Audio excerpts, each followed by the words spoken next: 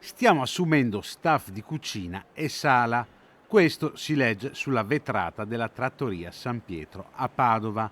Una ricerca che però sembra non avere successo, tanto che il proprietario ha annunciato via social che terrà chiuso un giorno durante la settimana per permettere a tutti i dipendenti di godere del proprio giorno di riposo. Noi è dall'estate scorsa che abbiamo cominciato a cercarli, proprio per in preventivo di riuscire ad avere un attimino una squadra completa anche tra poco che cominceremo con i tavoli, con il Deor, con i tavoli all'esterno.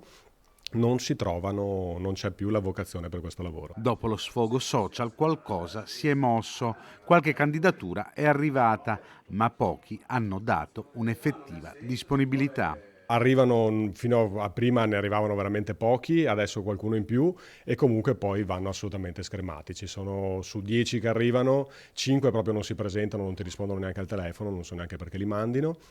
Altri poi arrivano, ma c'è un grosso problema a incastrare turni, orari e quello che vuole fare la gente. Io devo creare una squadra, non posso avere gente che un giorno ha il figlio da prendere a basket, il giorno dopo deve andare da un'altra parte, oppure chiede di lavorare in nero perché magari è in NASPI o ha qualche ammortizzatore sociale in atto per cui cerca soltanto un qualcosa per arrotondare. Qui vogliamo creare una squadra. Il contratto offerto è quello nazionale con 14 mensilità, ferie e malattia comprese. Noi offriamo 14 mensilità, il contratto nazionale collettivo, ci sono poi, si discute eventualmente con chi arriva qualche incentivo in base poi a quello che è l'impegno che uno ci mette, a quello che può essere la mole di lavoro.